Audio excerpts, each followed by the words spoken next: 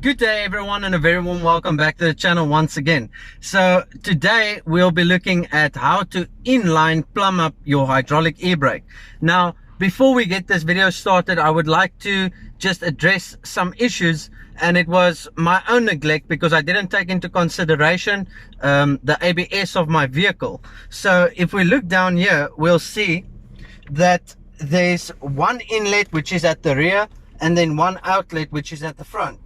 Now, working with the ABS of my Z4, it's got two lines traveling from the front to the rear, one for each side of the brakes. And the problem we are having here is that I actually had to merge the two lines coming into the hydraulic e-brake, and then with the line that exits from the hydraulic e-brake, I had to then split it again out to the two sides, which is left and right. So what does that exactly mean?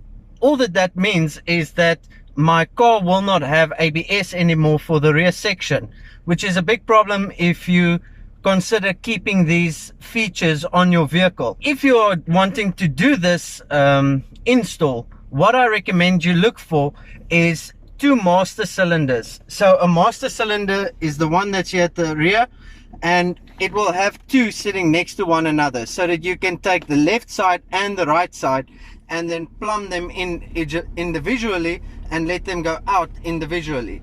So this will make your ABS still work on your inline system.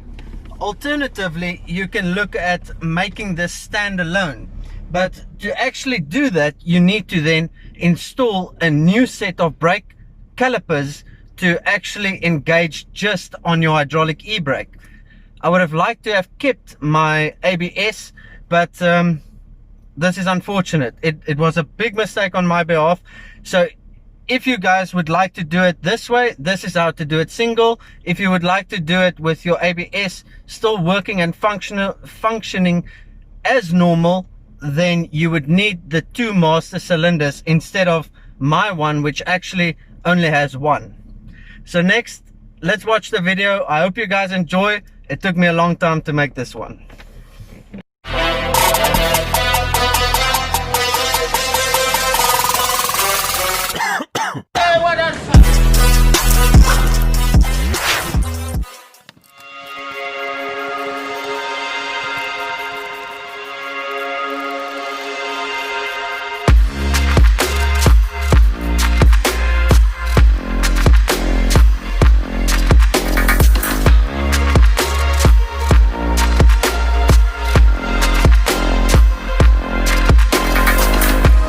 Two brake lines, which is the thin two ones, your fuel return and your fuel pressurizer hose. So this is the one that supplies your motor with fuel, this is the one that returns the fuel, and then you've got your two brake lines.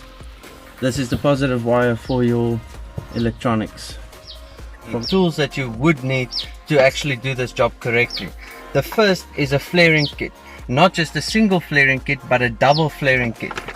So how you would know it's a double flare kit is you actually get the stops width, which will make it a taper, and then if you just insert it normally into the bar, it'll actually just make it a flare. Next up on the list is the pipe bender. So we'll need this to create uniform and clean bends without any creases or kinks. And last on the list is the smallest pipe cutter that I could actually find, and the reason for this is everywhere we will be working is extremely tight in space, so this is just to make ease of cuts and trims.